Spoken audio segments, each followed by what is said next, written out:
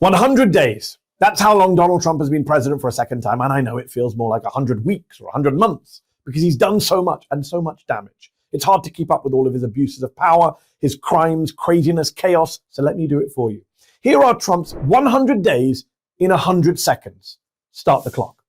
Trump signed a record number of executive actions in a single day, including one that aims to end birthright citizenship, which a judge called blatantly unconstitutional. He pardoned more than 1,200 convicted January 6 rioters. He took control of the press pool that covers him and banned the AP from presidential events. He arrested a judge. He reinstated the federal death penalty. He's establishing a Bitcoin reserve and offering private dinners to investors in his meme coin. He unleashed Elon Musk and Doge on the federal government bureaucracy to fire thousands of public servants. He did basically a free ad for Tesla on the White House front lawn. He and Musk cut 90% of U.S. foreign aid contracts. He signed an executive order to try and shut down the Department of Education. His defense secretary accidentally shared Yemen war plans with the editor of The Atlantic in a single group chat. Trump then bombed Yemen. He cut $400 million in federal grants to Columbia University, froze $2.3 billion in funding to Harvard University. He invoked the 1798 Alien Enemies Act, even though we're not at war, and tried to house undocumented migrants here in the U.S. at Guantanamo Bay. He revoked the visas of more than 1,000 foreign students in the U.S. He detained and tried to deport green card holder Mahmoud Khalil for his speech. He illegally sent Kilmar Abrego Garcia to a prison camp in El Salvador and has defied a Supreme Court ruling telling him to try and get him back. He's deported multiple U.S. citizen children, including some with cancer. He imposed tariffs on 185 countries and territories, including a bunch of islands with only penguins on them. He then announced a 90-day pause for most of those countries,